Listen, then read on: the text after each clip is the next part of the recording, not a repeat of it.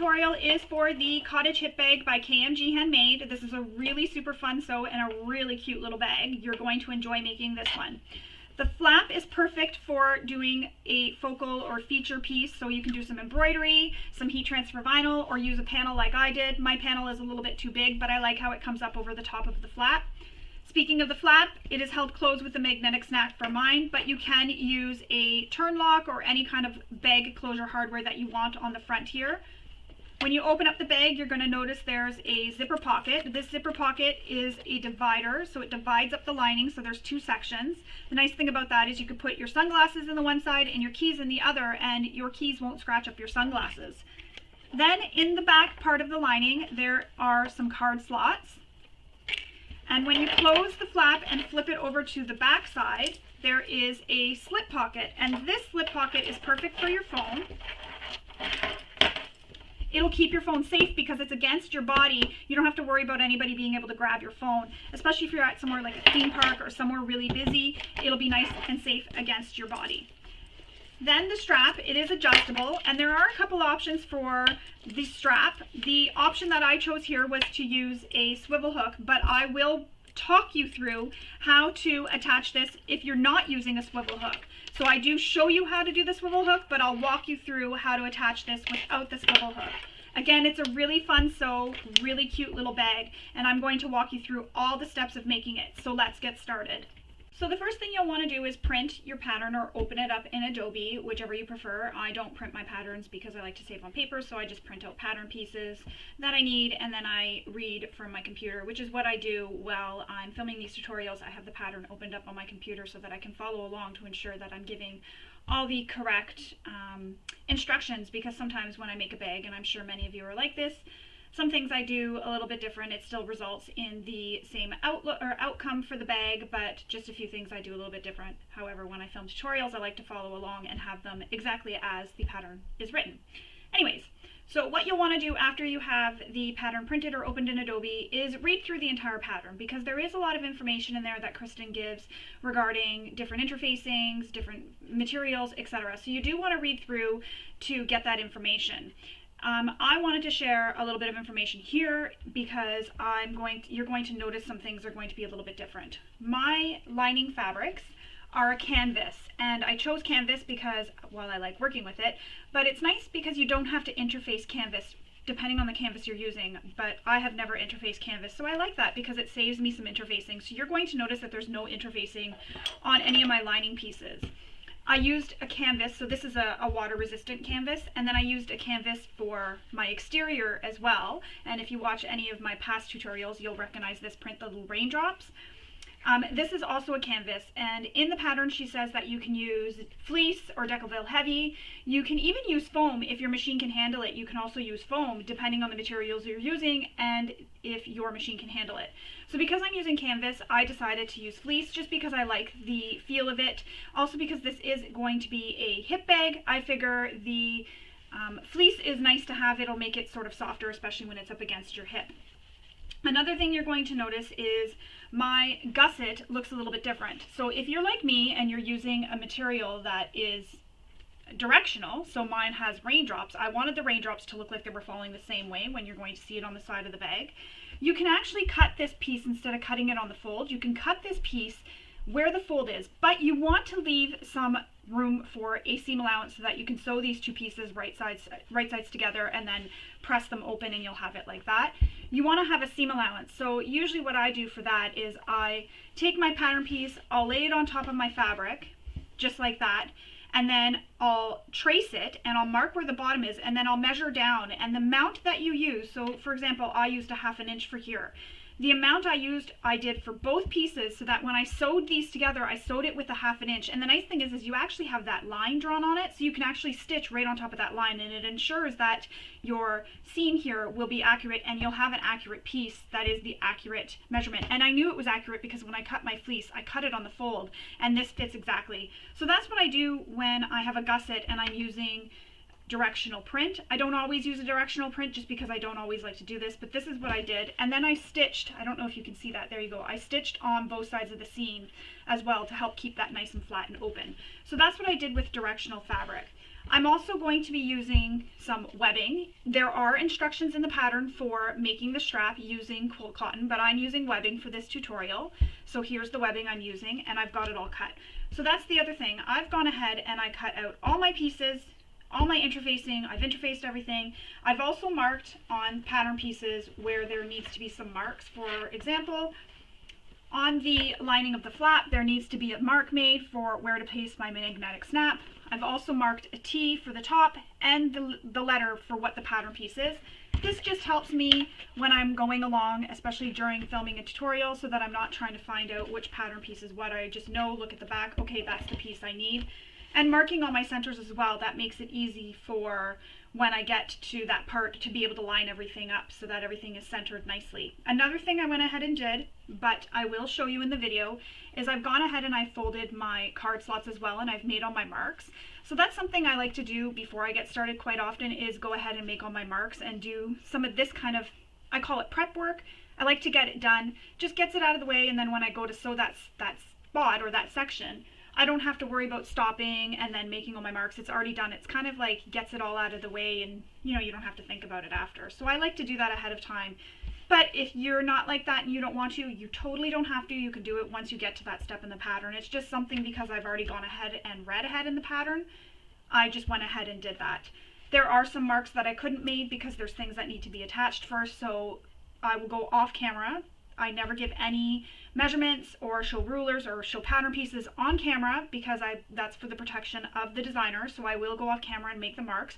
However, when I come back from making those marks, I'll show you how it looks. I'm going to walk you through everything. You're just going to need to have your pattern open. Like I said, I have it open on my computer or your printed pattern beside you to be able to follow along so that you know what those measurements are that are given in the pattern. So once you have everything cut, interfaced, and markings if you want to make your markings, it's time to get sewing. So let's get started. So for these first steps, we need our flap pieces, and those are piece A. So we need both our flap pieces. And if you're going to be installing a magnetic snap, this is where we need to do this now. So I'm going to go ahead and install my magnetic snap, and you can just install it as per the manufacturer's instructions. So I'm going to do that now. Oh, this is hard to get it apart. Oh my goodness. Well, we know that this snap is really good. I can't even pull that apart.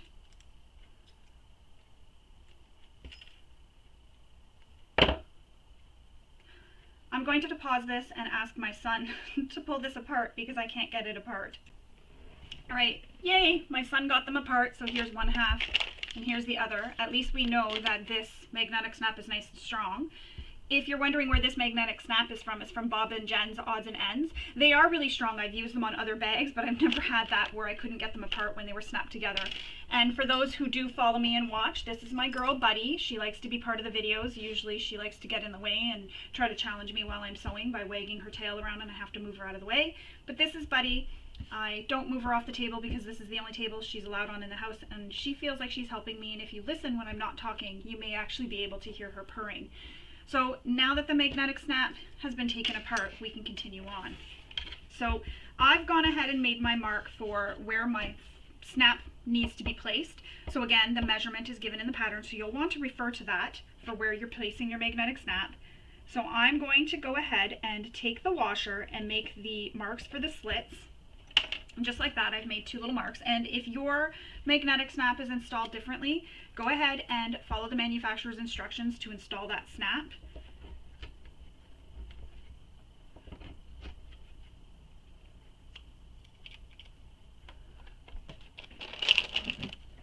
I'm going to use some fray dot.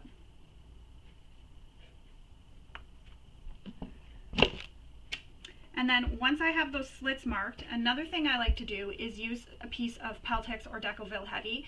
I keep all my cutoffs of my Peltex when I make things, or my Decoville Heavy, for this purpose. So don't ever throw away your little scraps. They're always all useful, including your scraps of your woven or non-woven interfacing as well. Those are also very handy. So I've made my slits. I'm going to push the prongs of the magnetic snap through the slits. I'm going to push the prongs through the slits on the Peltex. Then I'm going to put my washer over top and close my prongs. And I'm just using a pair of pliers from the dollar store because my hands aren't very strong, which is also why I needed my son to pull that apart. So there you go, I have it. And I fold my prongs in. This is just a personal preference. If you want to fold your prongs out, by all means, fold the prongs out. This is just a personal preference for me. I'm also going to trim and carefully trim so that I don't cut my lining fabric, my Peltex, because I don't want it being caught in that seam allowance. So I just trimmed it and kind of went with the shape of the flap.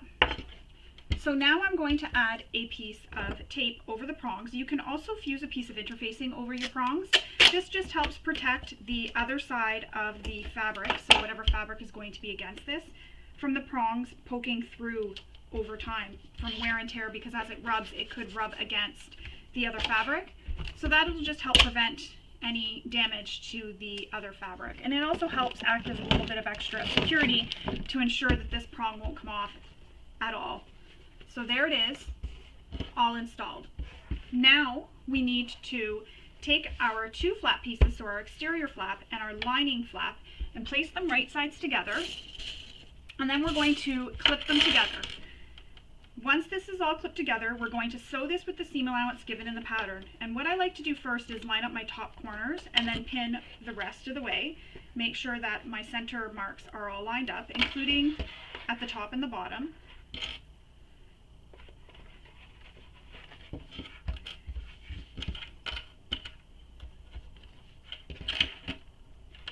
Just like that. And then I will sew this with the seam allowance given in the pattern. And if you're finding that your flap is kind of curving on you, which mine is because I'm pinning it too tightly, go ahead and just remove your clips. Just remove your clips and repin it, just like I'm doing here.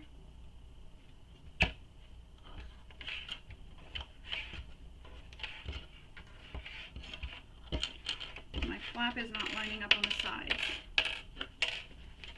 There we go.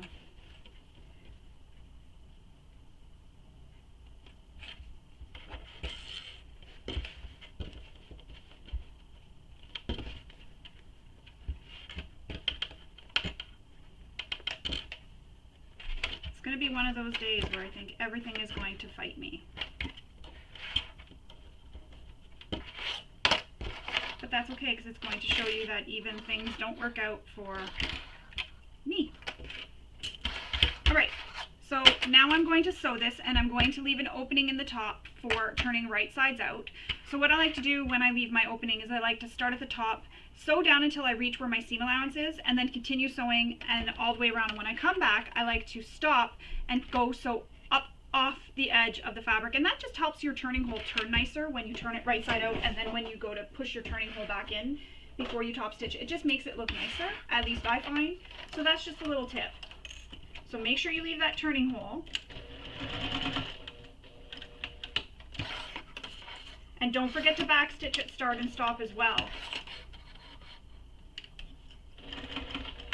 And in the corners, what I like to do is back stitch. Just helps reinforce the corners.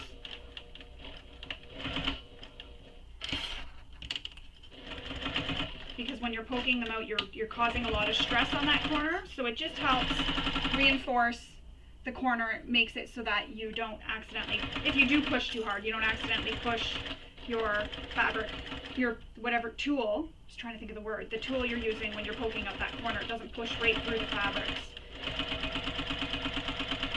If it does happen, you can just go back and turn it right side out again, and then just restitch that area.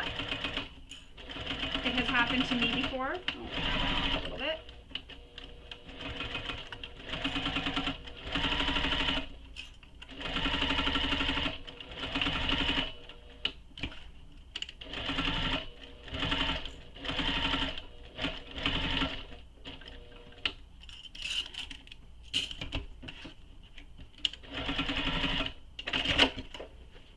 So now we're going to clip the corners and around the curve here.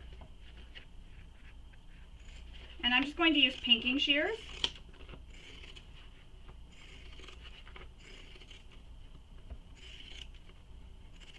And And for my flap for the exterior piece, I used a Decoville Light. You can use fleece on this. Again, it all depends on the materials you're using. If your machine can handle it, you can use foam if you want a bit more of a puffier, softer sort of feel, I guess you could say, more structured. You can use foam on your flap. It really depends on your machine and what your machine can handle. Always use the materials your machine can handle. You're being cute.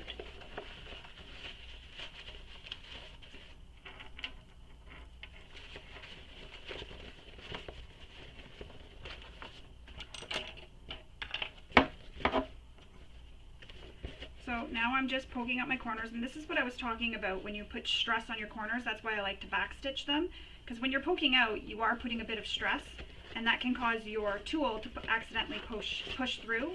And just use whatever tool you have for turning right side to poke out your corners when you're turning right side out.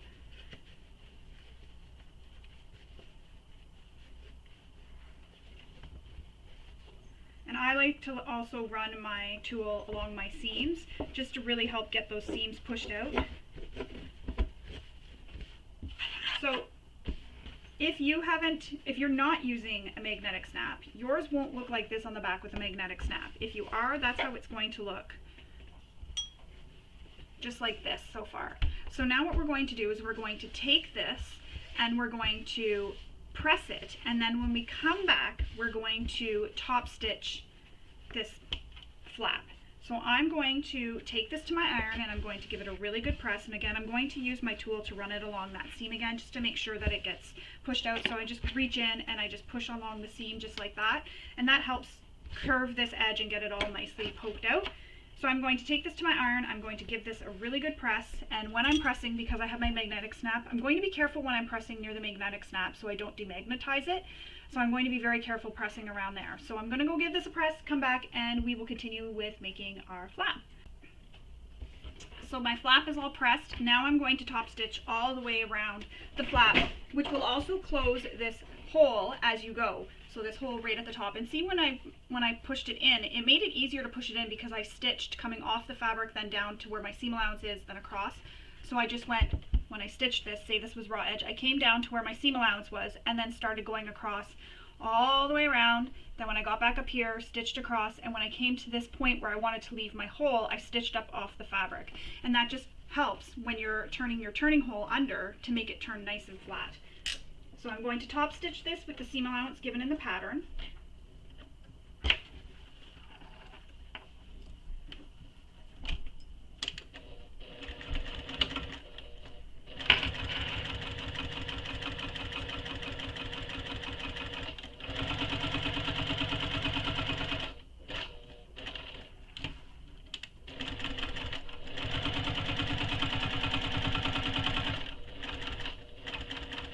And if you're not brave to go fast on corners, that's okay. What you can do, and also if you're scared of curves and corners, take it one stitch at a time. So what you do is take a stitch, just like that, lift up your presser foot, you'll pivot this a bit or turn this just a bit, put your presser foot down, take another stitch, do the same thing until you get all the way around that curve.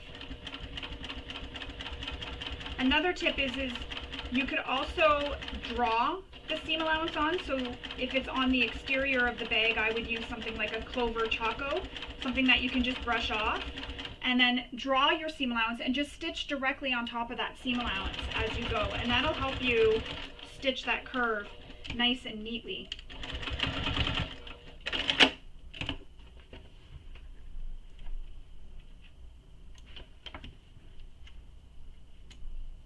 I will say curves do get easier to stitch the more you do them, the more you go along. So that's how it's going to look when it's all top stitched. So see, the curves are all stitched, everything. My hole is closed up. That is all done now. Now what we need to do is take this flap and we need to attach this flap to our exterior B piece. So you need your exterior B piece. And it'll look like this. So it looks basically like the flap, just a shorter version, and actually it's pretty much the same height as the flap once it's done. once it's done. So there is a measurement that is given in the pattern for where you're going to place this flap. I've gone ahead and made the mark on my exterior B piece. So we're going to take that and we're going to take the straight edge of the flap and you're going to line it up with the straight edge that you marked. So I'm just going to fold this in half first to get it to have a seam so that I can make sure I'm lining up everything centered, nice and neat.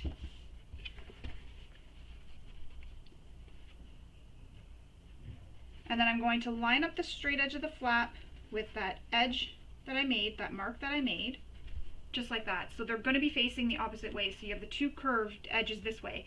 And you want to see the exterior side, of your flap, not the lining side, because when this is sewn on, that's the back of the bag.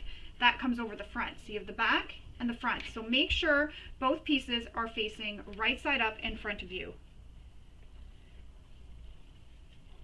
And if you're concerned and you want to make sure everything is centered, you can always take a ruler and measure on the sides to make sure everything is lined up. Yes, I know. Yes, I know. So you can add a few clips. If you're using material that you can't use pins on, you can use some double-sided tape here, just a little bit of double-sided tape along where that line is. Place your flap, and that way there it'll hold it down in place for you while you're sewing. If you're someone who's using faux leather or cork here, you can't use pins. So that is one way you can hold the flap in place without using any pins and damaging your material. So again, right sides were facing up. I lined up the flap with the line that I made, so the measurement from down from the top of the back exterior, then I made a mark and I lined it up with that mark. If you want to make sure it's centered, besides what I did, which was folding the fabric, you can always take a ruler and measure on the sides here. So both your exteriors will be facing up, and on this side it'll be the lining and the wrong side. So the lining on the flap is what is touching the exterior of the back B piece. So I'm going to stitch this in place.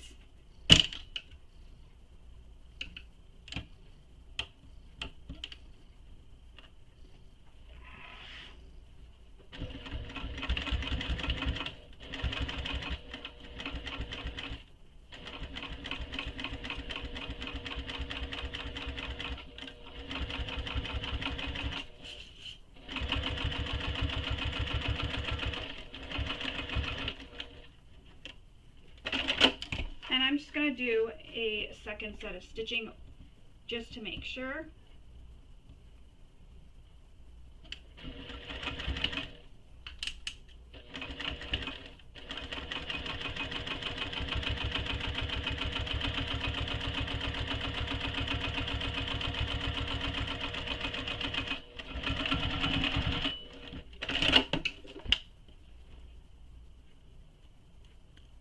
Clip both your threads, or all your threads, and then, hey, don't do that. And then that's how it'll look. So you'll have your exterior flap, so when it goes over your bag, so this is the back, when it goes over your bag, it'll look like this. And I did use a panel, and I know part of my panel is going to get cut off when I flip it over the bag, but you'll still see it. I just really wanted to use the panel on this flap. I thought it would be really pretty. So now we need to move on to creating our slip pocket. So you want to grab your slip pocket pieces, and they will look like this, and you're going to place them right sides together.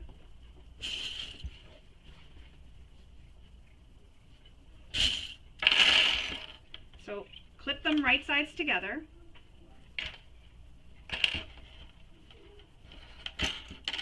And then we're going to sew across just the top edge using the seam allowance that she gives in the pattern. So you're going to sew along this top edge, and that's it. I'm just going to clip so the bottom doesn't move on me. No, don't chew on that.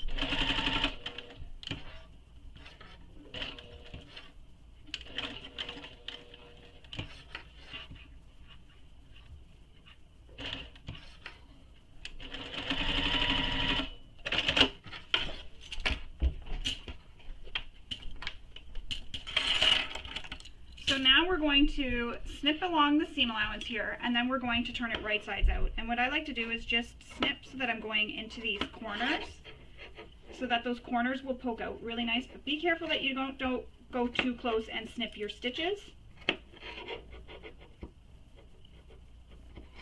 You can use pinking shears here to trim this all down. And then we're going to turn this right sides out.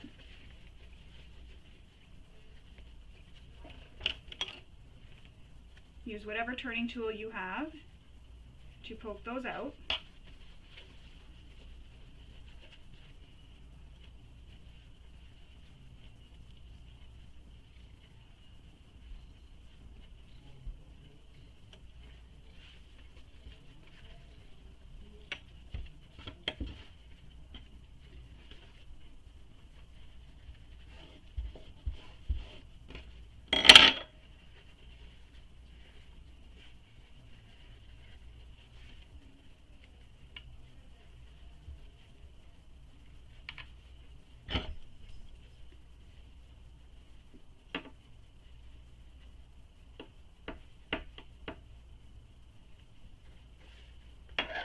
Okay, so once you have those corners all poked out, what you'll do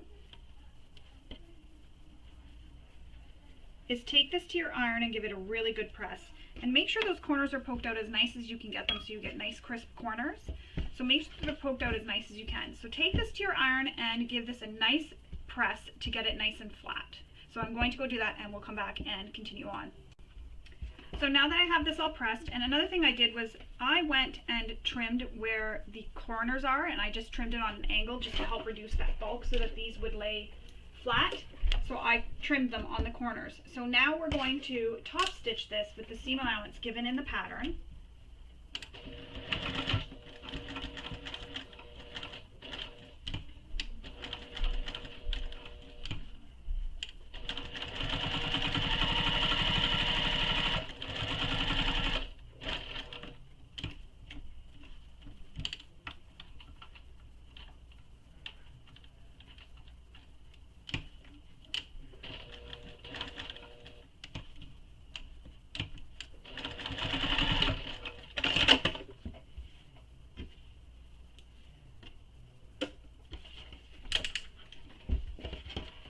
And then it'll look like this when you're done. So now we're going to take this and take that same piece that you attached your flap to, and we're going to line this up on the curved edge. And because I've made center marks, I can actually take a peek and look at my center marks and make sure that I'm lining up those center marks. And then because I've done that, that'll make sure that this here, these tops of the flap, are even, and it's not, you know, one side is down on the other and it's angled. This will make sure it's nice and even on the sides and the distance between my flap and the top of the slip pocket. Another thing you can do is you can also take a ruler and measure to make sure it's the same distance from the flap down to the top of the slip pocket if you want. So now we're going to take this and we're going to baste this to the edge. And when I baste stitch, I like to use a longer stitch length. So I've adjusted my stitch length, and I'm just going to sew this down. And this doesn't have to be perfect because this is not going to be seen. It'll be in the seams later where nobody will see it. So if you're off a little bit, don't worry about that. Just make sure you keep it so that you don't go within what the seam allowance will be later. If you've increased your stitch length, don't forget to return it back to your normal stitch length. So that's how it looks right now with the slip pocket basted to the bag, the back of the bag. So now we need to sew at the top here, and she gives a measurement how far over you have to sew. So I'm going to go ahead and sew just where these top edges are of this slip pocket. And make sure your stitch length is returned back to the stitch length that you use when you're stitching.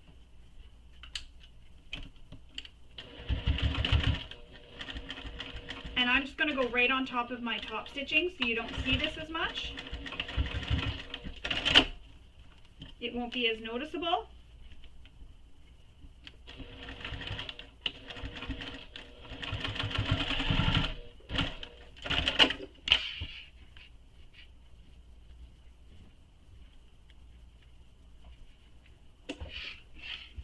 There we go. Now it is stuck to the bag, secured, and you're done. So next we need to grab our H pieces and our strap. So as I mentioned previously, I am using webbing. If you are using cotton or some other material for your strap, I'm just going to quickly show you how you will make a strap. So say this was your piece in width but much longer. You're going to fold it in half, press it, take it again, open it up so you'll have that center mark, fold the long edges in to meet the center mark on both sides, and press so it'll look like this. So you'll have your raw edge meeting in the middle. Then you're going to fold it again and press it again, and that will enclose all your raw edges. And if one edge, as you're going, you may want to read the pattern to make sure, one edge may be exposed. So the edge that's exposed, meaning the edge that's not going to be sewn into anything that you're going to see when the bag is finished, you can either use a metal strap end on the end to conceal those raw edges, or before you fold everything the way I just showed you, you can take it and fold it under, just like that, fold it in, and then when you fold everything again, you will have no raw edges. I do have a video tutorial on my YouTube channel for how to get nice clean edges when you're making straps or handles. I'll link that below, and it's just another way to make your strap where you don't see those raw edges on the end and you have a nice clean end. So I'll link to that below in the description, and you can pause the video here, go watch that, then come back and continue on with your hip bag. So now that we have our pieces, we need to create the connectors. So we're going to take our H pieces, and you need a piece of webbing or your material, and we're going to place it onto our rectangle ring. I had to find my hardware.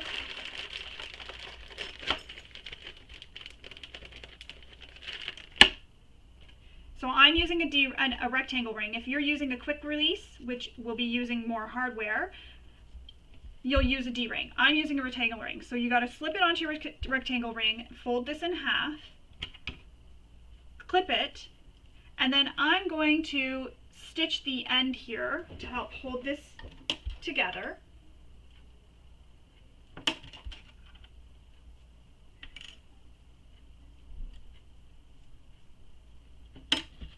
So I'm just going to stitch on the end here. This will help hold it together. And then another thing you can do is stitch as close to the hardware or whatever hardware you're using as you can. So I'm going to switch to a zipper foot, and then I'm going to stitch as close to the hardware as I can. And this will just help hold this hardware in place and it won't move around on you.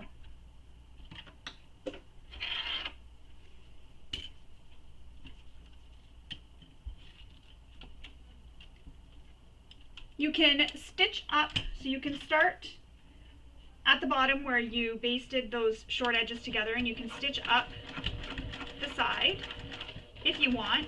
You don't have to when you're using webbing. And it wouldn't let me get close to the hardware there, so I'm gonna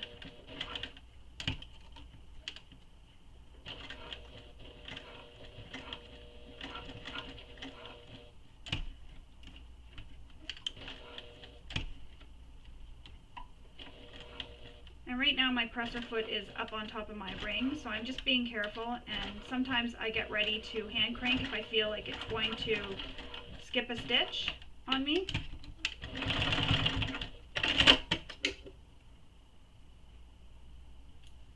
And I stitch slow too when I'm up at that part, because if it does skip a stitch, I can easily go back and fix it without worrying about having that skip stitch and needing to fix it later.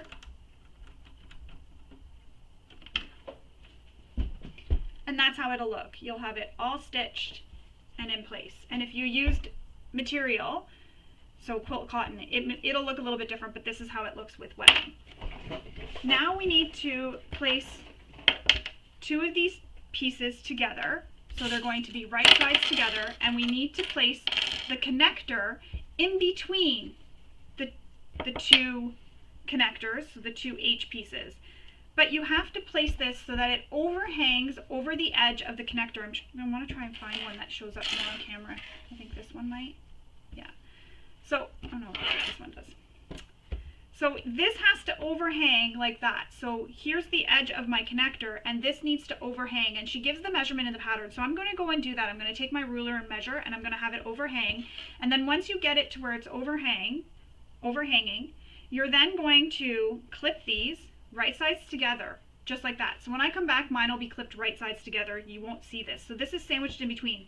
Your D-ring though, or your rectangle ring, needs to be pointing down towards the longer edge of your connector. So towards this longer, wider edge of the connector. Don't have it facing up like this. You want it facing down. So just like this.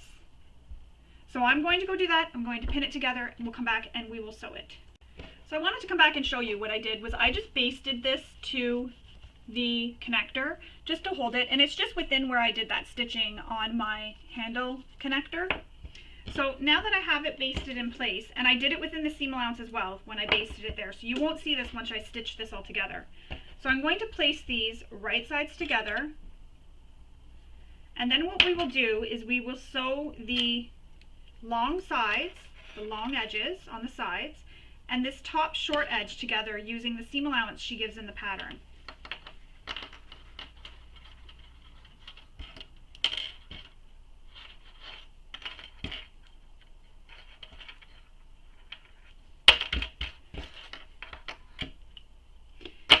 And when you're stitching, be careful because your hardware is here. You don't want to hit your hardware. So just be very careful when you're coming up towards your hardware on the side here. You don't want to hit your hardware. And you can use a zipper foot. That'll help you get up this side without getting too close to your hardware and hitting your hardware. A zipper foot will help.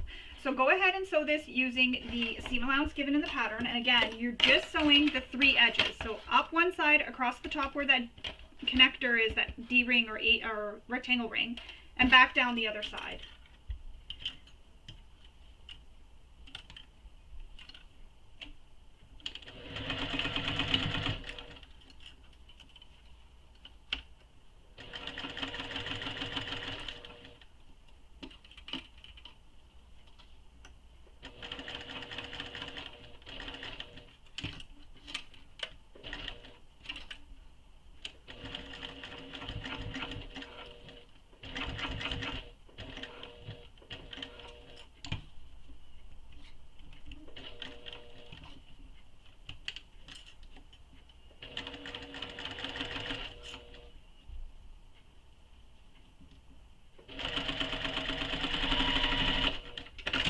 And what I'm going to do for extra security is I'm going to stitch back across the top here.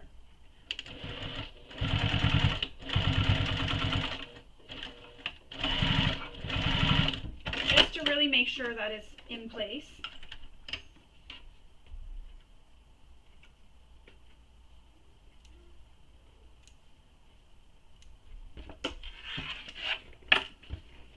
So it'll look like this. Now we're going to turn this right sides out. But before I do that, I'm just going to trim my corners a bit. And I'm trimming them so that my scissors, when I start snipping, I'm snipping with my scissors against this, just so that I don't go this way and accidentally cut that strap there. Now we're going to turn this right sides out. So far it's looking like this. Take your tool and push out all your corners and all your edges.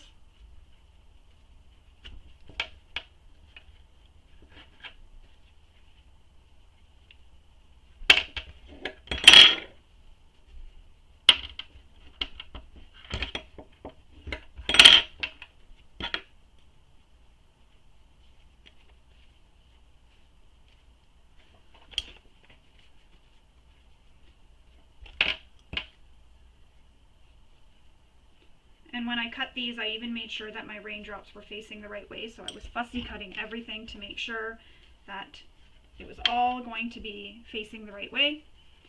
So now I'm going to take this to my iron and I'm going to give it a press, and then we'll come back and we'll top stitch this, and we'll install rivets or Chicago screws. This is optional, the rivets or Chicago screws.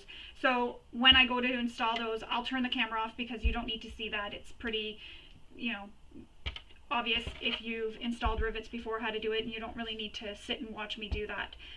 So I will come back, top stitch this with you, and then I'll turn the camera off, I'll install my rivets, and then I'll show you how it looks when I come back. So I'm going to go press this and I'll come back.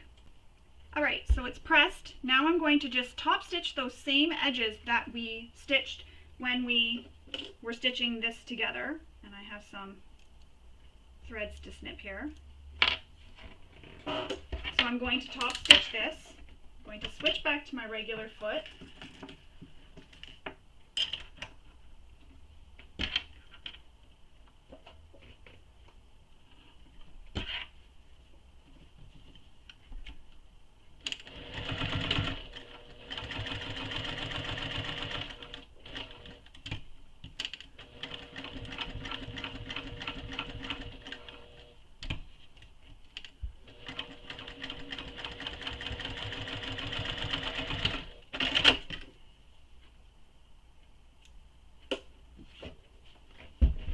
And it will look like that. Now I'm going to install my rivets. So I'm going to install them on my connector here, and I'm going to be going through where this strap tab is, or the tab is. You could also, if you don't have rivets, if you want, you could also, so you can feel where this is, you can take a Clover Choco and draw out where you can feel where that strap tab is, or the little connector tab of your webbing or your fabric if you've used fabric. You can draw it out, and then you can stitch a box here with an X in it if you want. That's just something that you can do if you want to have some extra security here. So again, you can feel where this is, so you can just trace it out, and then you can stitch a box and then stitch an X in it, and that just gives it that extra security as well that we're getting with the rivets. Rivets also add a little bit of decoration, but stitching will also add a little bit of decoration as well. So that's just an option I thought I'd mention, because I know some people don't have rivets and they do like to have that little bit of extra security. So I'm going to go install my rivets on this, and I'll come back and we will continue on. So that's how it looks once I've installed my rivets. Now we need to repeat that whole process for what we did with this piece, except for there will not be a rectangle ring or a D-ring on the end of your strap. It's just going to be the long strap. So same thing with the measurement sticking up off the edge of the connector H piece. And I'm going to stitch this down, or baste it down, so that it doesn't move while I'm stitching the two pieces together.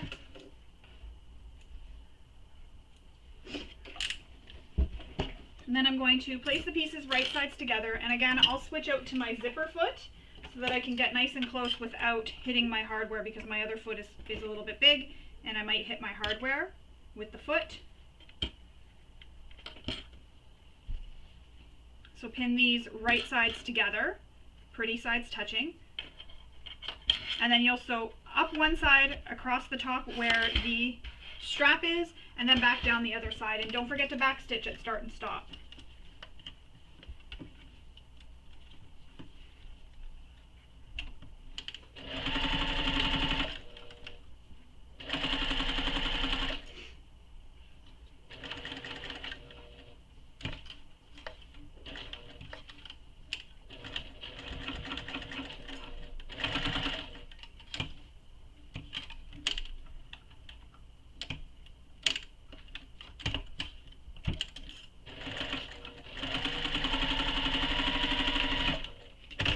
We'll trim our corners.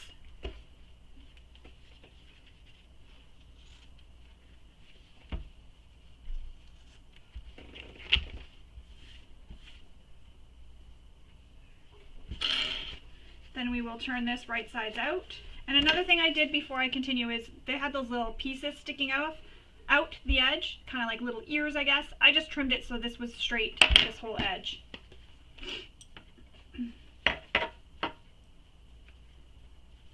Poke your corners out, and then take this to your iron and give it a really good press.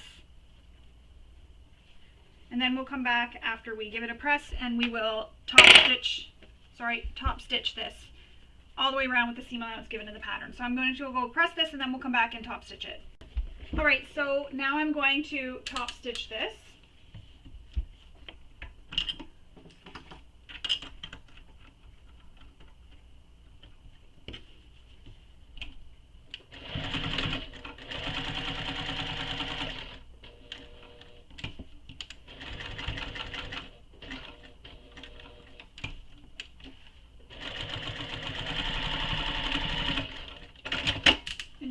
when you're done top stitching to return your stitch length back to the length you use when you're stitching. And I just cut those little ends off as well as trimming the threads. Just like that. Now I'm going to install my rivets, so I'm going to go off camera again, install my rivets, come back, and then we're going to take these two pieces, these two connectors, and we're going to attach them, so these connector wings, to the side of the back piece using the measurement. So she gives a measurement for how far down this panel you go for, so from the top of the back piece. So here's the back piece when we pull our flap away. So from the top of that back panel B piece down, and you're going to pin it in place, then we're going to baste it. So that's what we're going to do after I'm done installing my rivets there. So I'm going to go put the rivets on this piece and come back and we will connect those and stitch them on. Alright, so as I mentioned before I went and put the rivets in on this piece here, we need to make a mark down from the top to place these wings on. So I've already gone ahead and made my mark, so I'm just going to clip it in place, and you're just lining up the straight edge with the straight bottom raw edge of the wing. So your piece H that you sewed with your rectangle or D-ring, and then the other half will have a strap. So just pin them in place like that. And then we're going to baste these to the sides.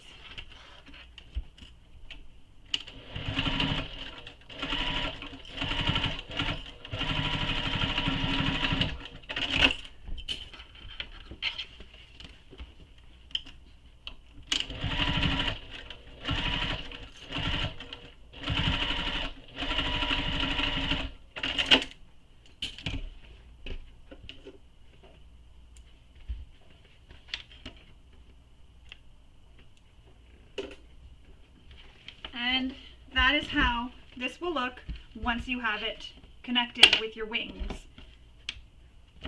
or your connector wings, sorry.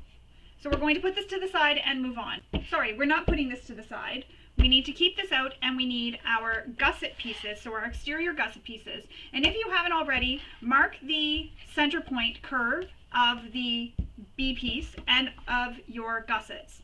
So once we have that marked, we're then going to take the gusset and we're going to place it right sides together with the exterior B piece,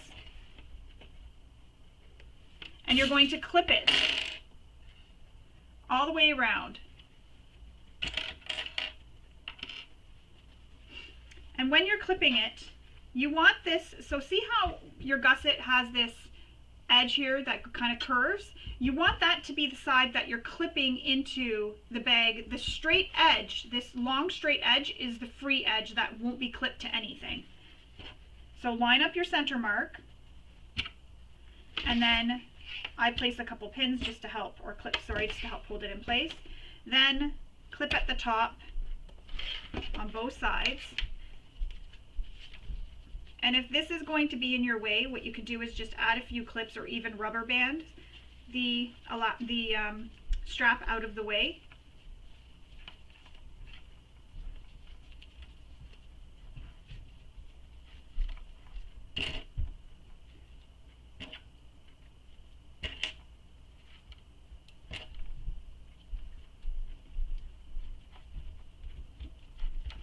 There we go.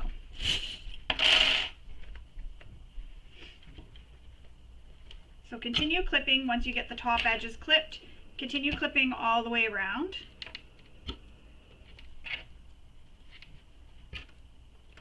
Easing it in as you go so that it matches.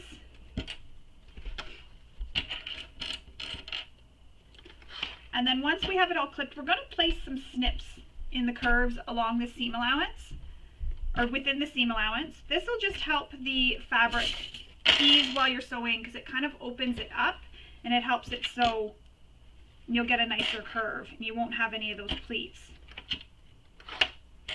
So I'm just going to make snips within the seam allowance on the curve. Again, stay within the seam allowance, don't snip higher than the seam allowance, snip less than the seam allowance. It really doesn't need to be big snips.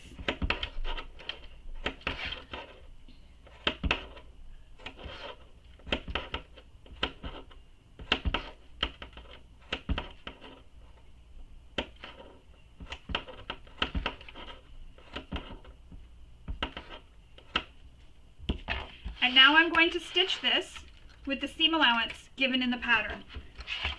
And just make sure this strap here and this other connector on the other side is out of the way.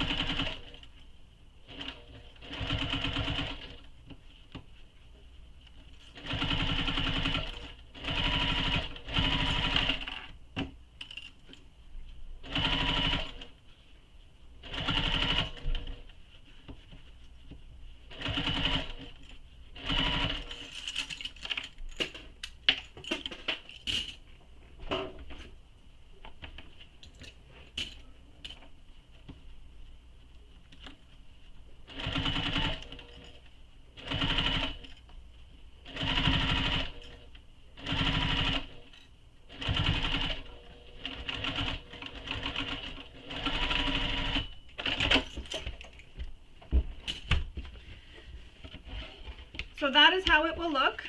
Now we're going to press this towards the gusset and then top stitch along the gusset. And that's going to be a little bit tricky because it is curved, but you can do it. You'll just go really slow and take your time. So I'm going to just keep pressing it with my hands here.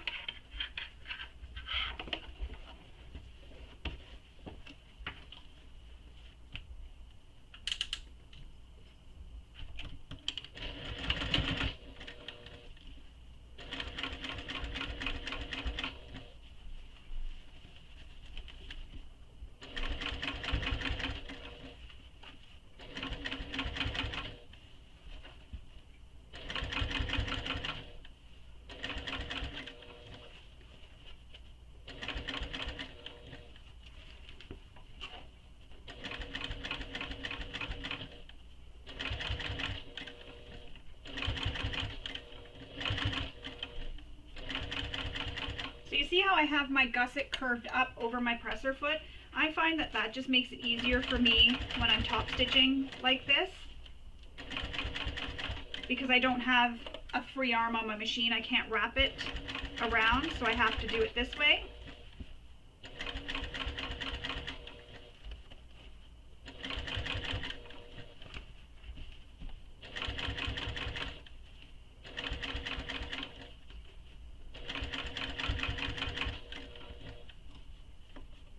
And as I'm sewing too, I'm just making sure that all that bulk is pushed over towards the gusset. Those seam allowances are pushed towards the gusset.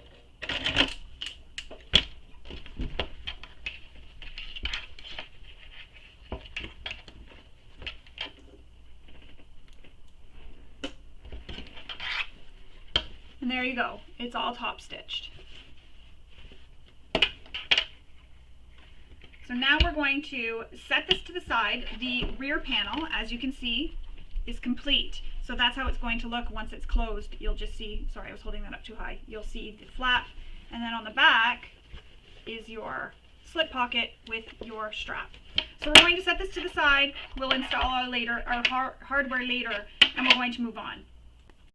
So for these next steps, we're going to assemble our front. So we need our remaining B piece, the front panel, and our gusset. However, if you're installing a magnetic snap like I am, there is a measurement in the pattern for where to install your magnetic snap. So I'm going to go do that. I'm going to turn off the camera and go install it because I've already shown you how to install a magnetic snap. So I'm going to turn off the camera and then come back and we will continue on with attaching our gusset. So there's my magnetic snap attached. So now I'm going to attach the gusset the same way I did for the exterior back. So we're going to line up those center marks. And then we'll make some snips in the curves to help it lay flat and spread out nicely, and you avoid getting puckers by doing that. It helps it ease through the curves because it, as I mentioned, it opens it up because you have the little slits in it.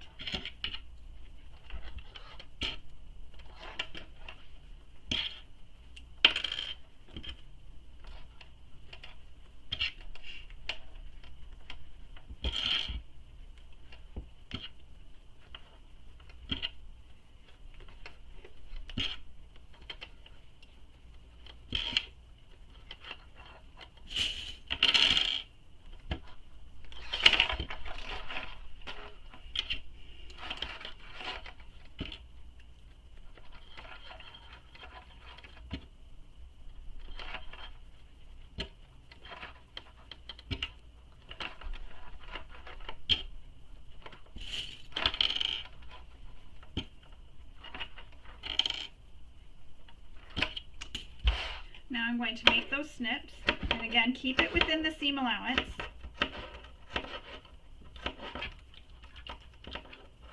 And then we'll stitch this with the seam allowance she gives in the pattern. Same thing we did with the exterior back.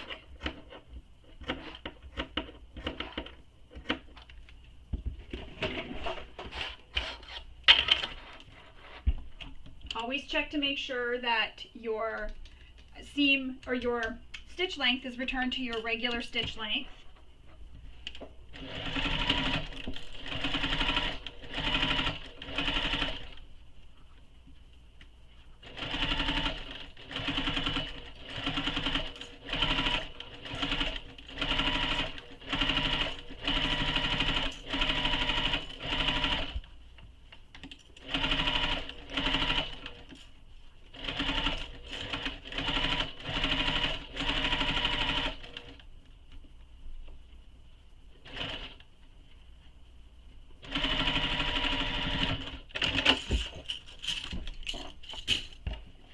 You're going to turn it so that you can press this towards the gusset,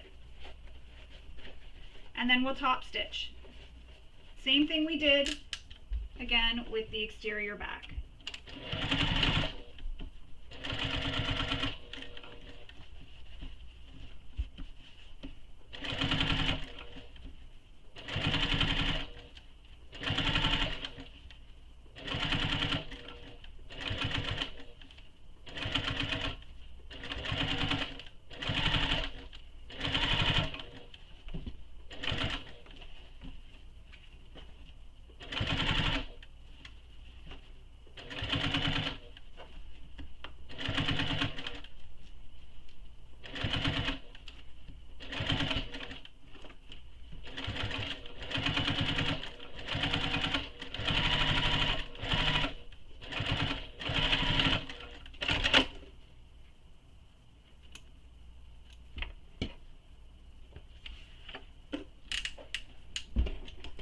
Don't forget to return your stitch length back after you're done top stitching. And that is how the front will look. Now we need to connect these exterior panels together. So we're going to take the back or the rear assembled panel and clip it right sides together on the straight edges of this gusset here. Make sure everything is tucked in. You don't want to sew everything. So you're pinning these straight edges of the gussets together.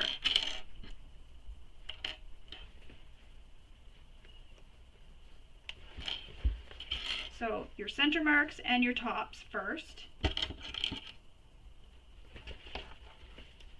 Again, making sure the strap and those connectors are tucked in, not in your way.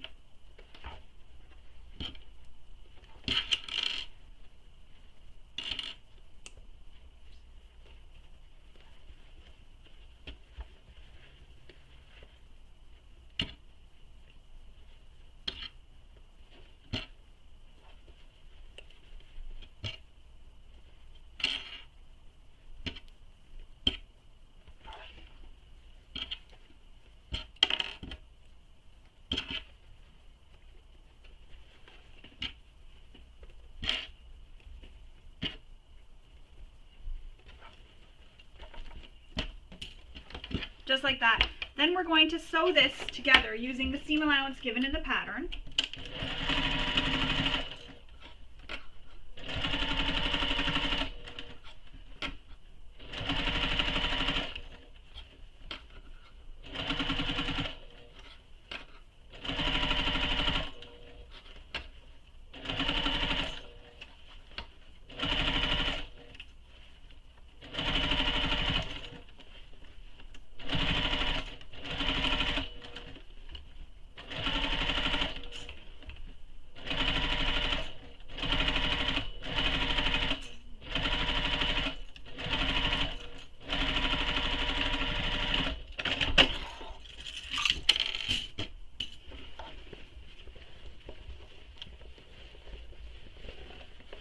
Now you need to press the seams open. I'm just going to clip this thread here. So for me, I'm just going to use my fingernails to press it open, but you can take this to your iron and press it open.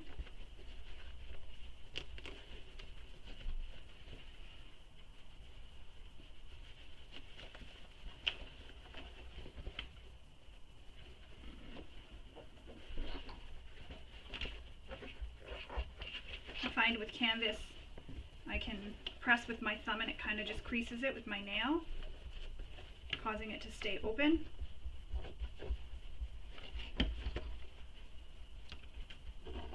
Even with quilt cotton too, actually.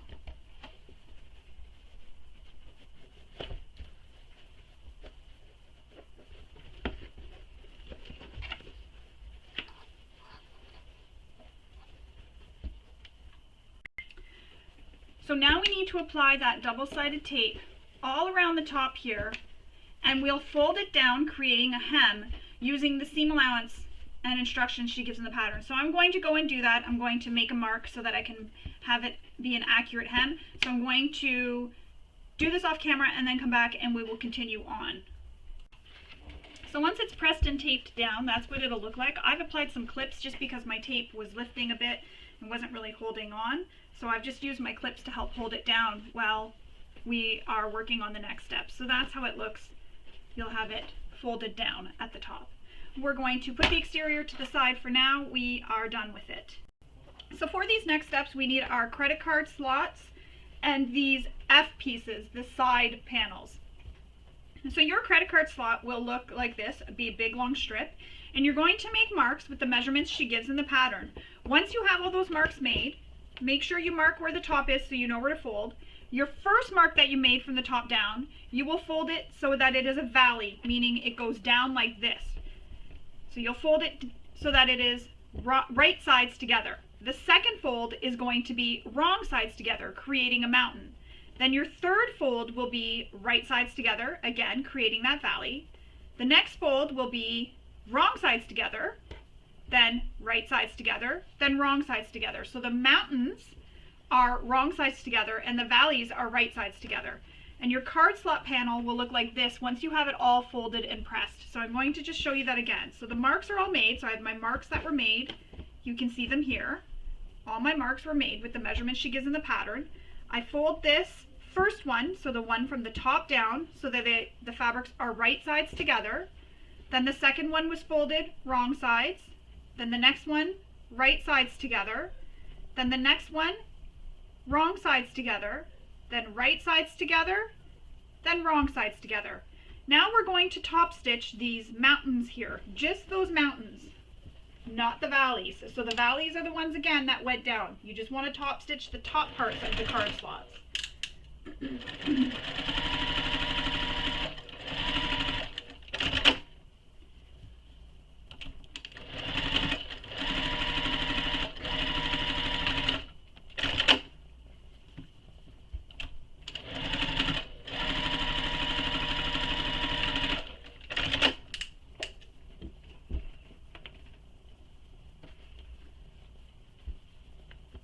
Once you have those top stitched, we're going to baste the sides together. So I'm just going to clip these folds.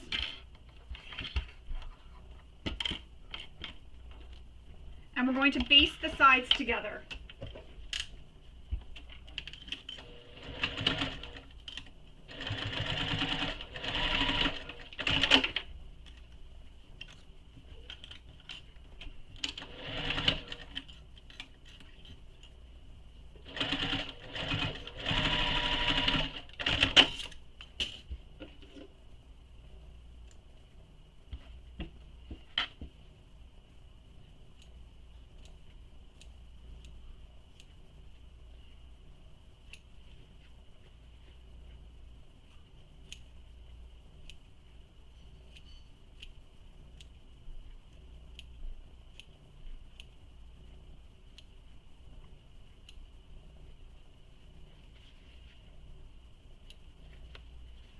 And all I'm doing right now is just trimming all my threads. So that's how it looks. Now we need to take these F pieces and we need to clip them to the sides of the card slot. So I'm going to line up the top edges and the sides. Then I'm going to clip them in place, and we will sew this down the side edge, just the side, using the seam allowance she gives in the pattern.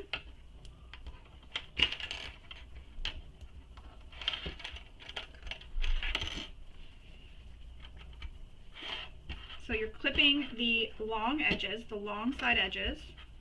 I clip at the top too, just so that it doesn't shift on me while I'm sewing.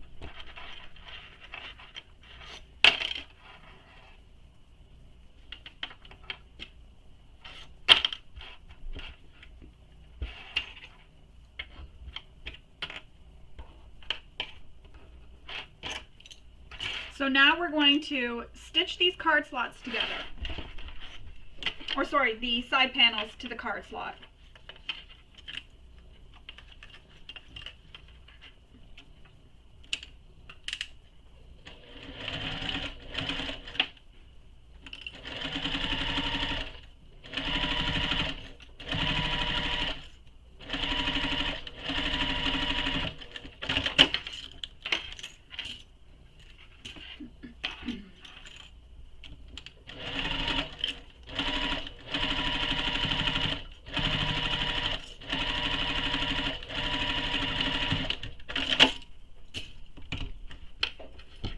Now we're going to press these open, and we're going to top stitch along the sides after we press it open. So I'm going to go press this open with my iron, and we'll come back and we will top stitch it. So before we top stitch, one thing I like to do is take a card and slip it into the pockets to make sure that it is going to fit, because if it doesn't, this is where you can adjust those seam allowances. You'll have to unpick the stitching, but this is where you can adjust it before you get everything sewn together, and that way there your cards will fit. Mine is okay. So I'm just going to put that to the side, and I will continue on with top stitching. So these edges right here, I'm going to top stitch.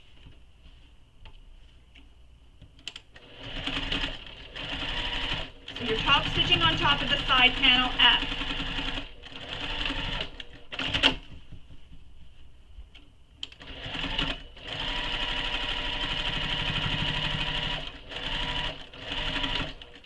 And again, I didn't use interfacing, so both the sides of my panel looks the same, the side panels, but this is the wrong side and this is the right side. So when I put them together, they were right sides, or pretty sides, touching the card slot panel. And that is how it looks. Now we have to take this and trim it so that it matches with one of our B panels. So you're going to find the center.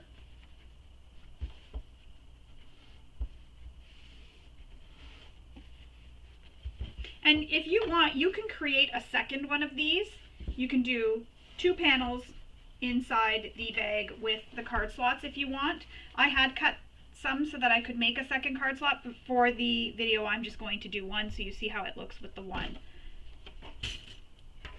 So I'm just going to pin this at the top.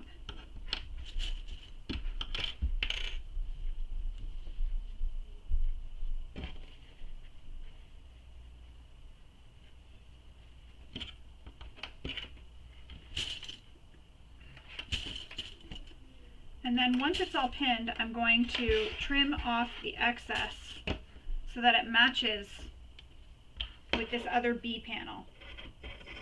You can draw this out if you want, so trace around the B panel. I'm going to just use my scissors, as you can see.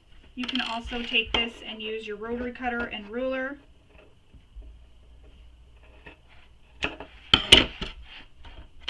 And I'm going to pin this edge because I've already cut it.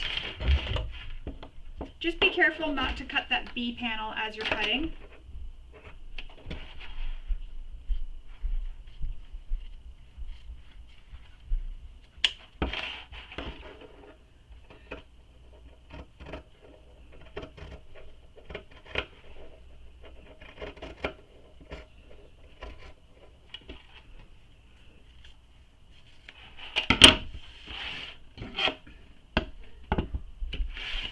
Alright, so now that that is trimmed even with the B panel, I'm going to mark my centers.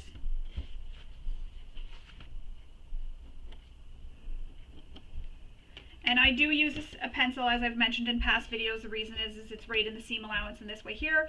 When I take it to the iron, it doesn't get erased on me. So now we're going to move on to create our zipper pocket. So you'll need your 2 D pieces and your zipper tabs.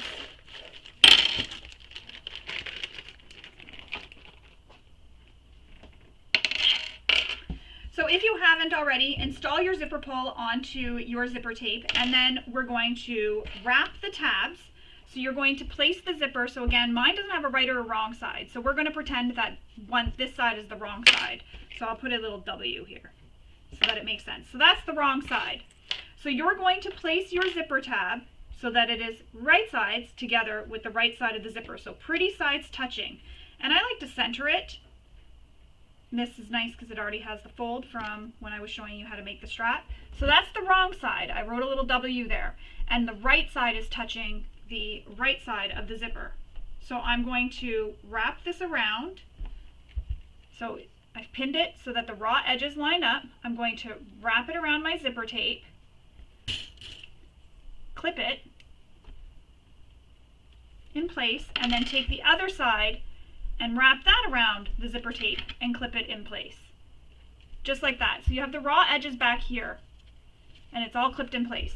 We're then going to sew this using the seam allowance she gives in the pattern. And if you're not happy with how it looks, this is the time to adjust before we sew it.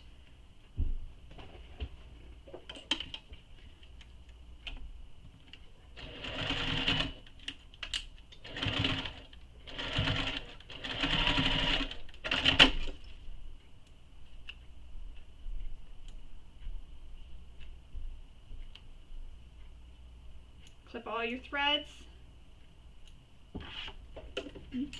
If you're using a material that is thicker, so like a cork, a vinyl, or a faux leather, you can trim these corners on an angle here. Just make sure you seal your zipper tape after so that it doesn't fray. So use your favorite method to seal. You can use seam sealant, anything you want to seal it so that it doesn't fray after.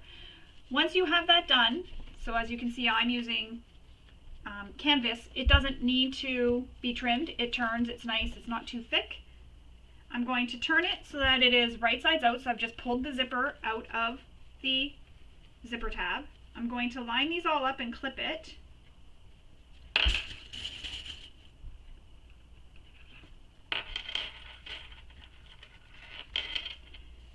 And I'm just pressing this with my hand. And then I'm going to fold this zipper tab twice so that it closes in that raw edge.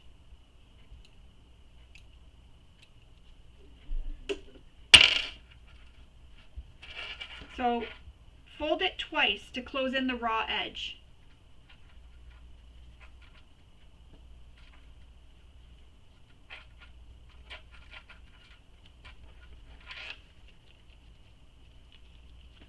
And it'll look like this.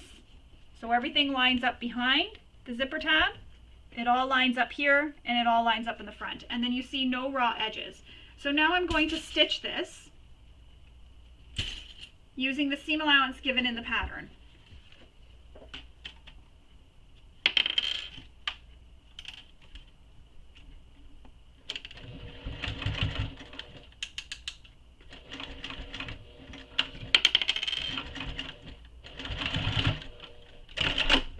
And I'm going to repeat that for the other side. So same thing with your zipper tab and the end of your zipper.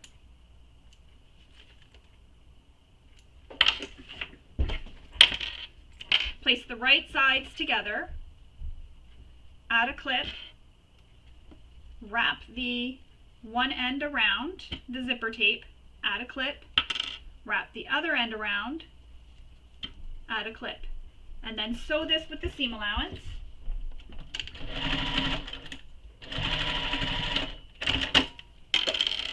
Pull the tape, and that will force the zipper tab to turn right side out. And I'm just pressing this with my fingers. I've added a clip at the top to hold it together. And then you will fold these down twice to enclose all the raw edges.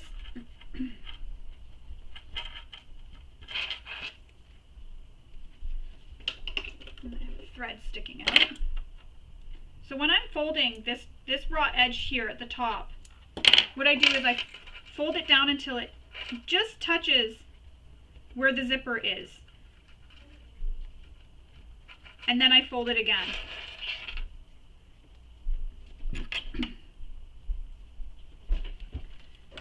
And then we're going to top stitch this the same way we did with the other side, with the seam allowance given in the pattern.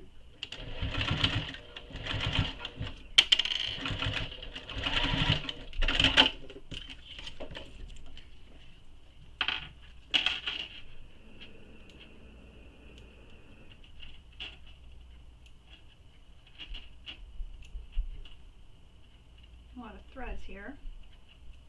All right. And that's how they'll look when you have it, so the wrong side and the right side, when you have them all stitched in place.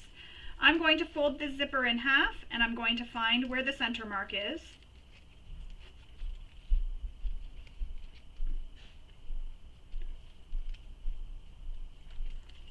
And I just fold it just to give it a little creasing. And again, mark it.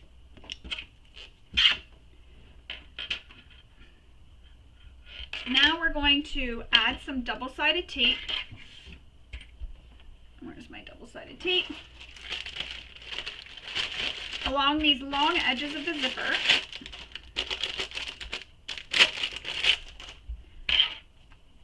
When Buddy jumps up on my table, she likes to chew on plastic, so I have to move any plastic out of the way.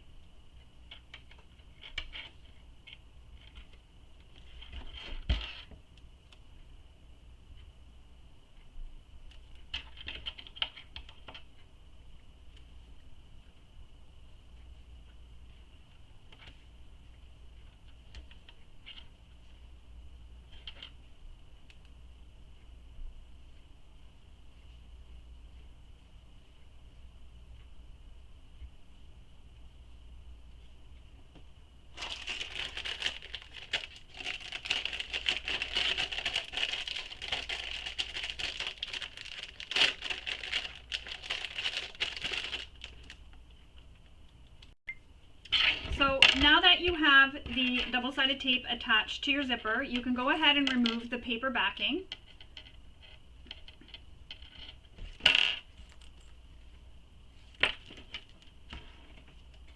And then your D pieces will be folded in half because you've cut them excuse me, on the fold.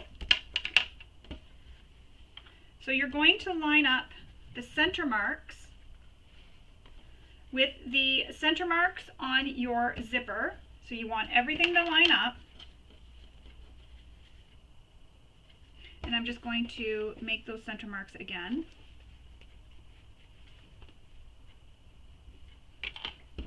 So you're going to line up these center marks with the center mark on your zipper. So if it helps, flip this over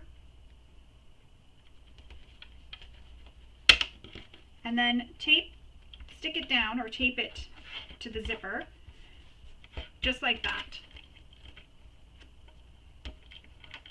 And my zipper keeps sticking to the zipper tape, or the tape I mean.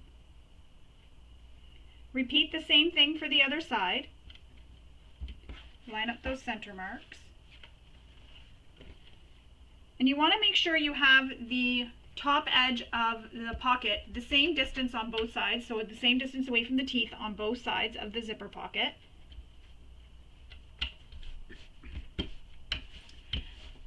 And now we're going to top stitch on top of the tape here, on top of the, sorry, not the tape, on top of the pocket. However, I need to make sure that piece where I wrote D is not showing on the exterior, so I'm going to flip that around.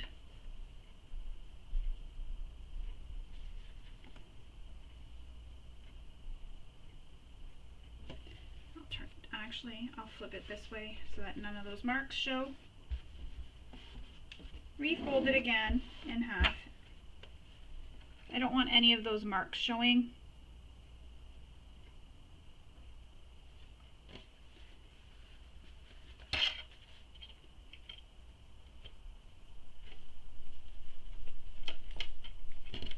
And And again, make sure that when you put them, that you put it so that the zipper teeth are the same distance away.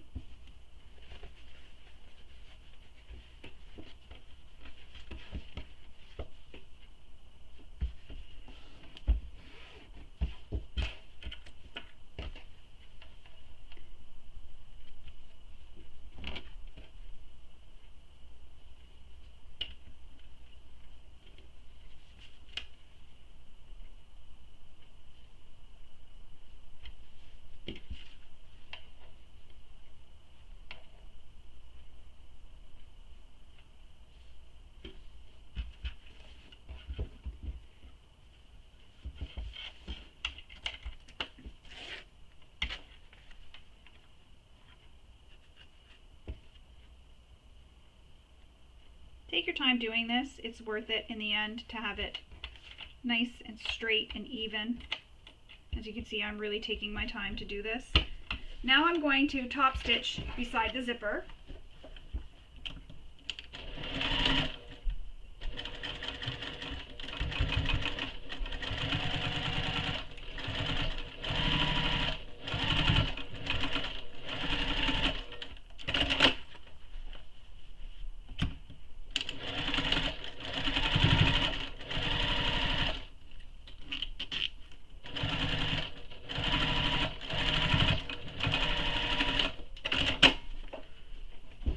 That's how it'll look when it's completed, when you've top stitched the zipper in. Now we're going to fold the pocket, fold it so it's all together. I'm just kind of squishing my tabs, and pin it. And then we're going to baste these edges with the seam allowance given in the pattern.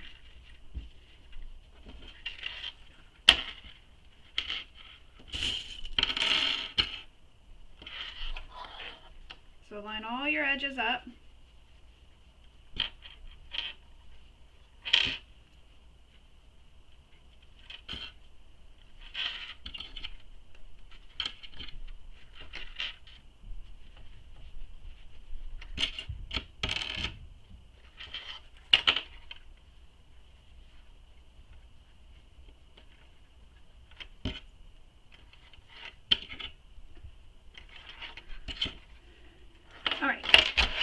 So now we're going to baste this curved edge.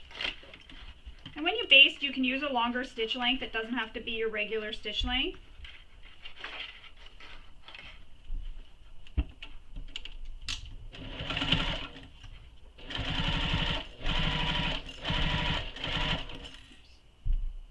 That may have gone a bit too far. I'm just going to unpick a couple stitches because I slipped there. I don't want it to show in my seam allowance or after the seam allowance.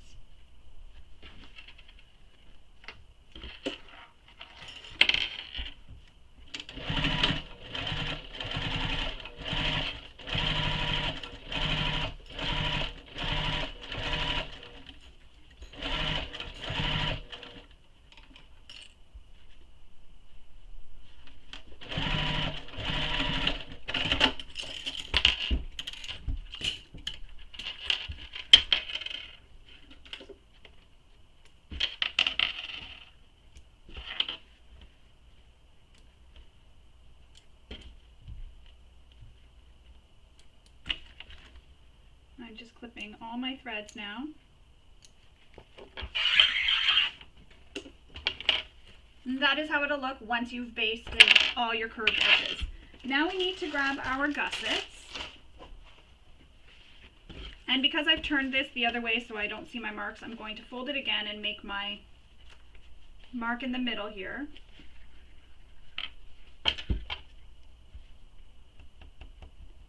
I didn't want where it said D showing on either the lining or the exterior, so I flipped it so that you can't see it. That's the nice thing about that. I've used canvas. I just flipped it around, and that's how the pocket looks inside. So now that I've marked the centers, if you haven't, you'll want to mark the center of the gussets as well and the pocket that we just made. We're going to pin these so that they are right sides together, line up that center mark. So the same thing we did when we did the exterior. This is the exact same thing, except for we're pinning a zipper pocket into the middle. And in the instructions, she does give that there will be an overhang above the zipper pocket. So you can take your ruler and measure and make sure you have that exact measurement of the zipper pocket and the gusset. So that is that same amount under, so the gusset to the zipper pocket, there is that amount there.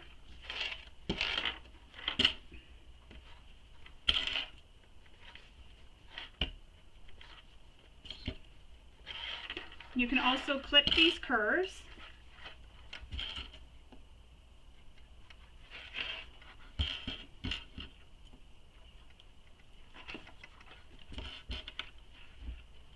I'm going to sew one at a time just to make sure that nothing shifts on me when I'm sewing, but you can continue and clip the other side of the gusset to the other side of this panel.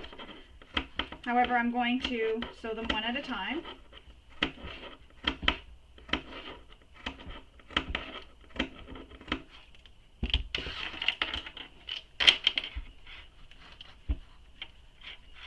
When I sew this side, I will sew with the seam allowance given in the pattern. And then when I sew the other side, actually I'm going to sew with a slightly smaller seam allowance, just in case I'm not accurate on my next go around. But sometimes we're not actually 100% accurate. It happens, we're human.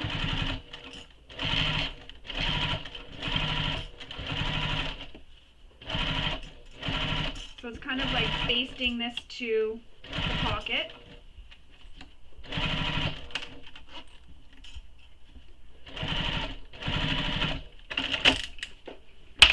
Now I'm going to clip the straight edge again to the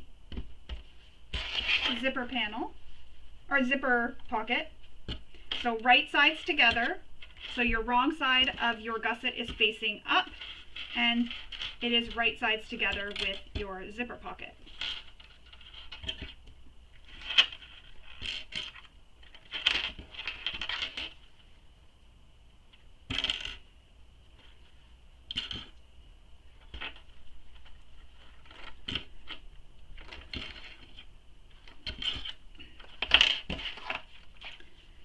And because I already have that one side sewn, I'm just clipping up at the top here, just to make sure that that stays lined up.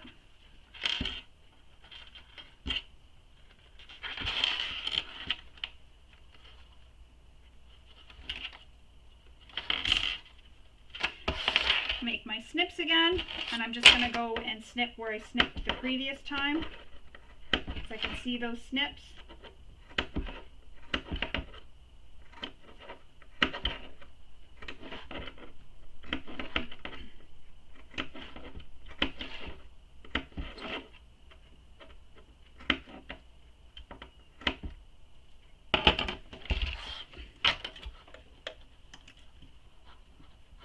And now I'm starting at the top, and I'm sewing with the seam allowance given in the pattern.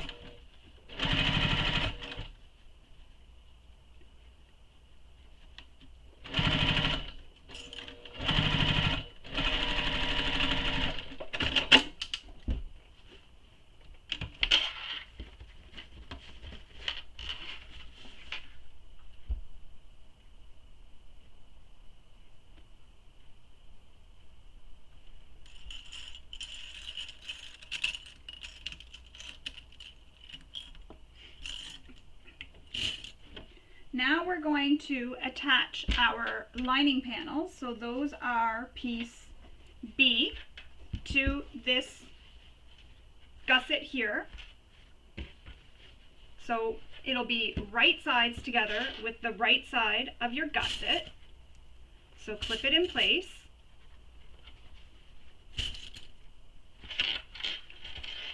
So I line up the center marks, and then I like to pin the rest of the way. And I'm going to do the same thing I did with this when I attached the zipper pocket. I'm going to make little snips in the seam allowance. And speaking of the seam allowance, this seam allowance needs to be trimmed. So I'm going to do that after I've attached my lining panels, and I'll just trim all the seam allowances down at the same time. You can go ahead and trim them as you're doing them.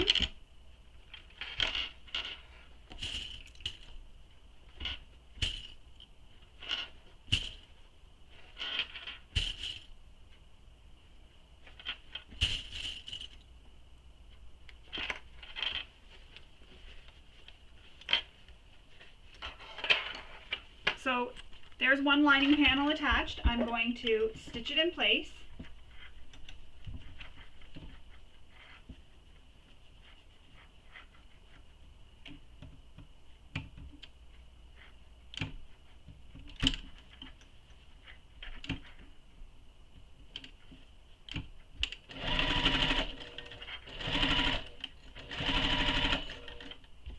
I'm going to make my snips.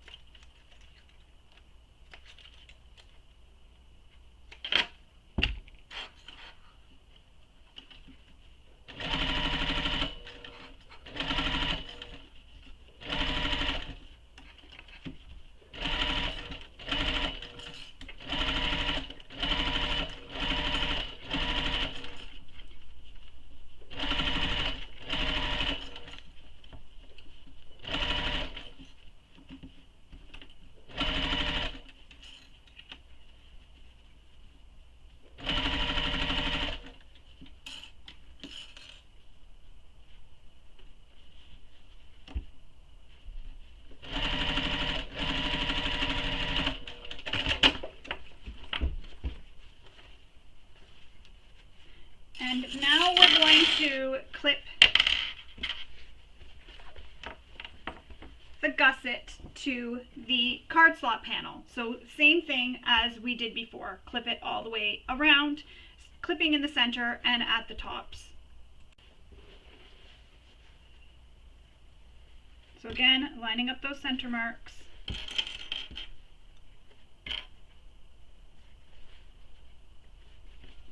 And then lining up the tops.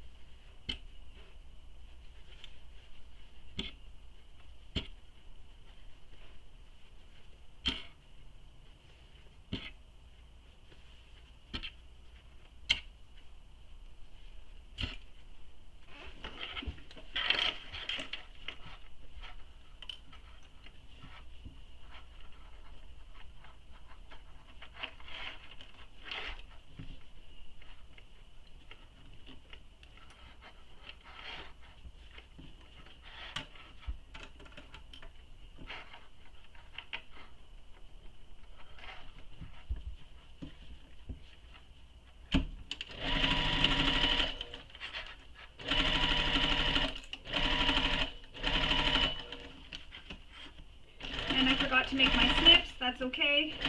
I'm going to keep going.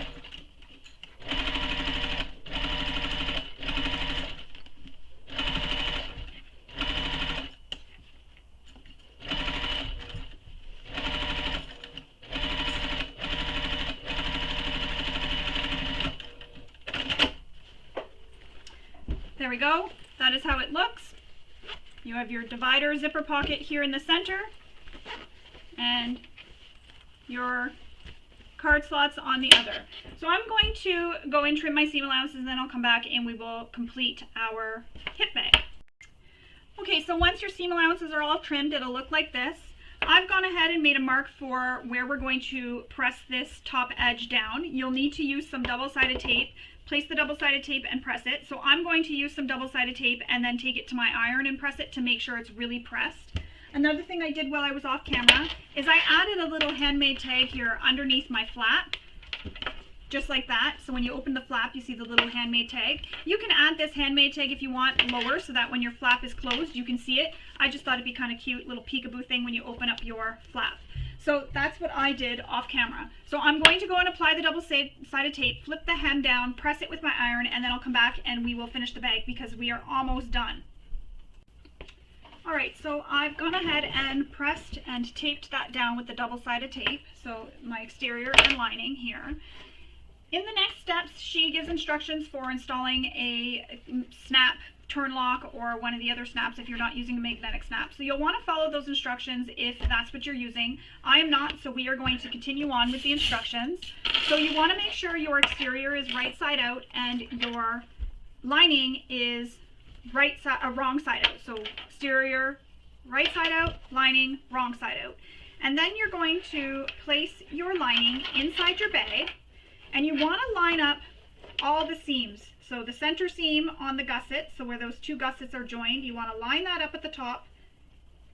You want to line up where the seam of the gusset meets with the front panels and back panels. You want to line up those seams.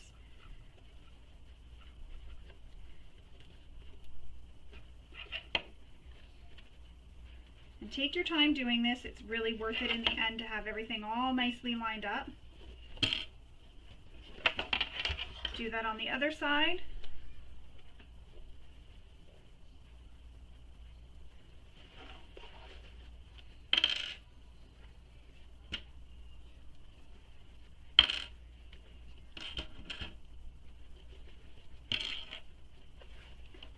And then you'll pin it the rest of the way.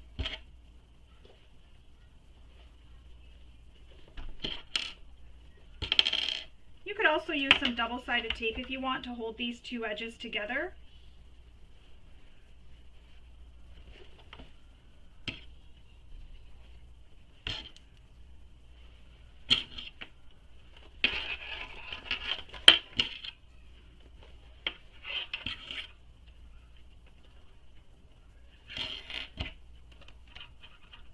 I'm going to use a lot of clips. I just want to make sure nothing shifts on me while we're sewing this.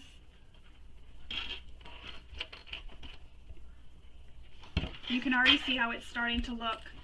This is where I get really excited.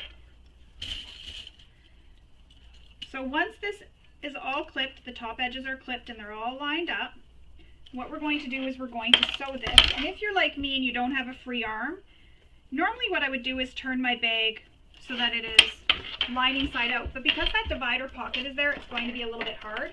So I'm just going to kind of flip my bag like this. And I'm going to sew it all the way around. And I'm going to take my time because obviously there's going to be some bulk in the way.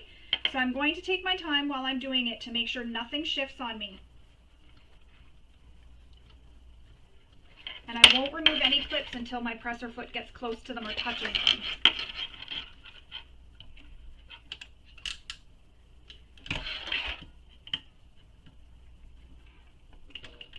I'm just going to get some long tails here to hold on to. So,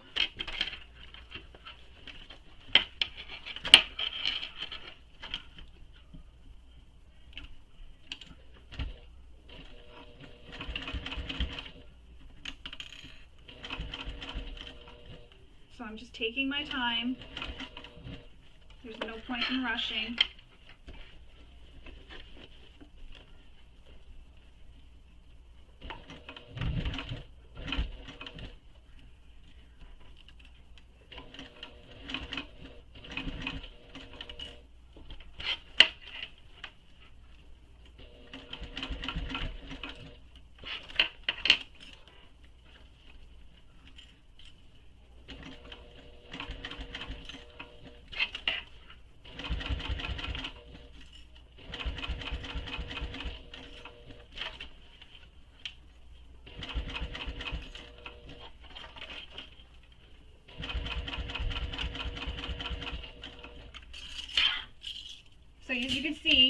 got this sticking up, the bottom of the bag is up so that I can get around. And when I come back to where the flap is, I'm going to make sure the flap is not in the way, because we are not top stitching over the flap at all. You want to make sure nothing is in the way, so make sure your strap isn't down in the way. Nothing is in the way. You don't want to stitch over anything but the lining and exterior, those two seam allowances that you folded to create that hem.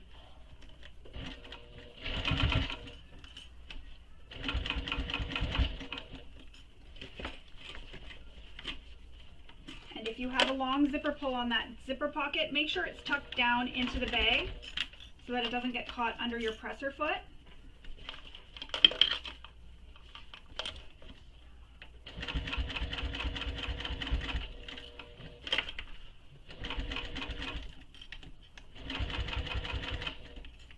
So much easier when you're going along on the straight edge than on those curves.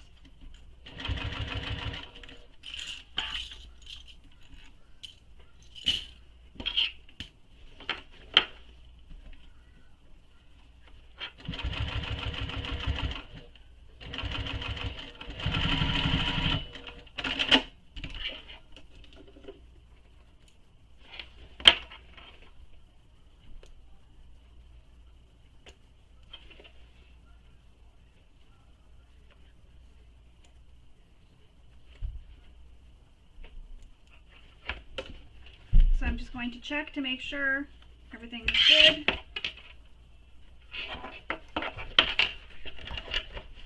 Push this all in.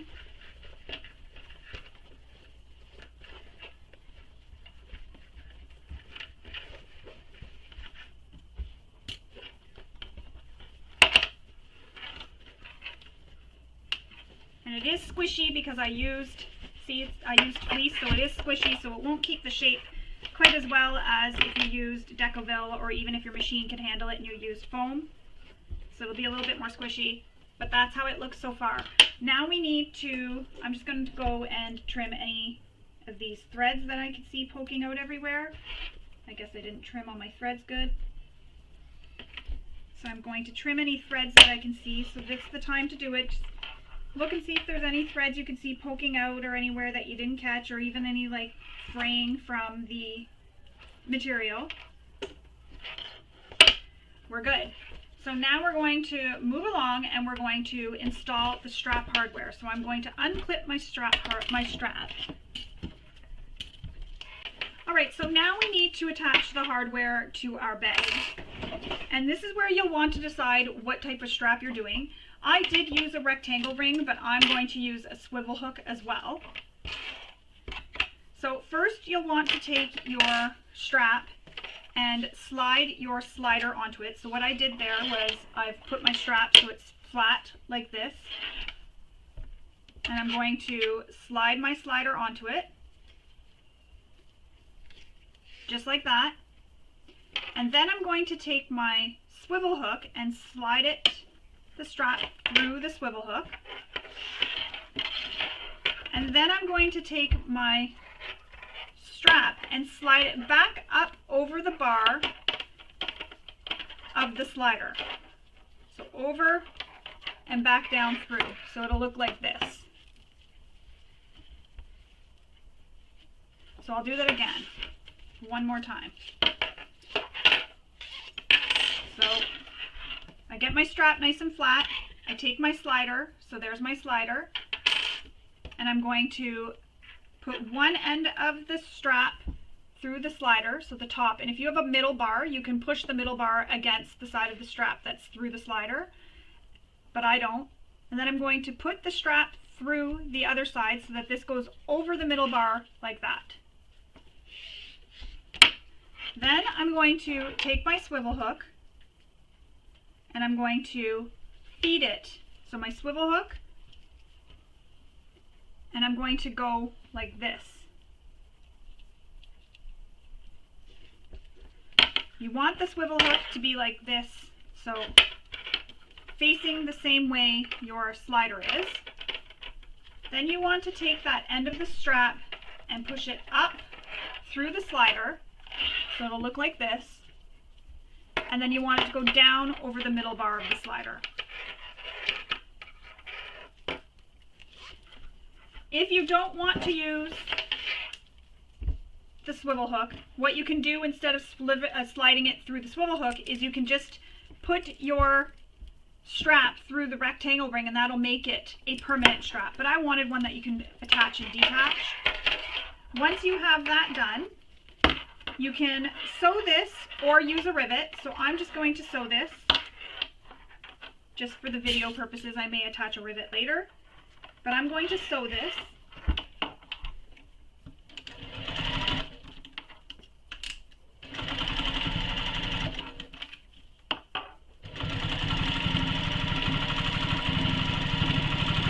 And I like to back stitch a few times, and I'll do a second set of stitching.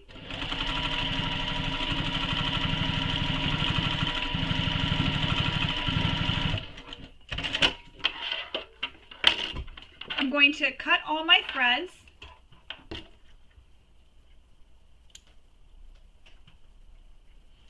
So I'm just trimming all my threads so they're all gone. And again, you can add a rivet or a Chicago screw here. Sometimes I do, sometimes I don't.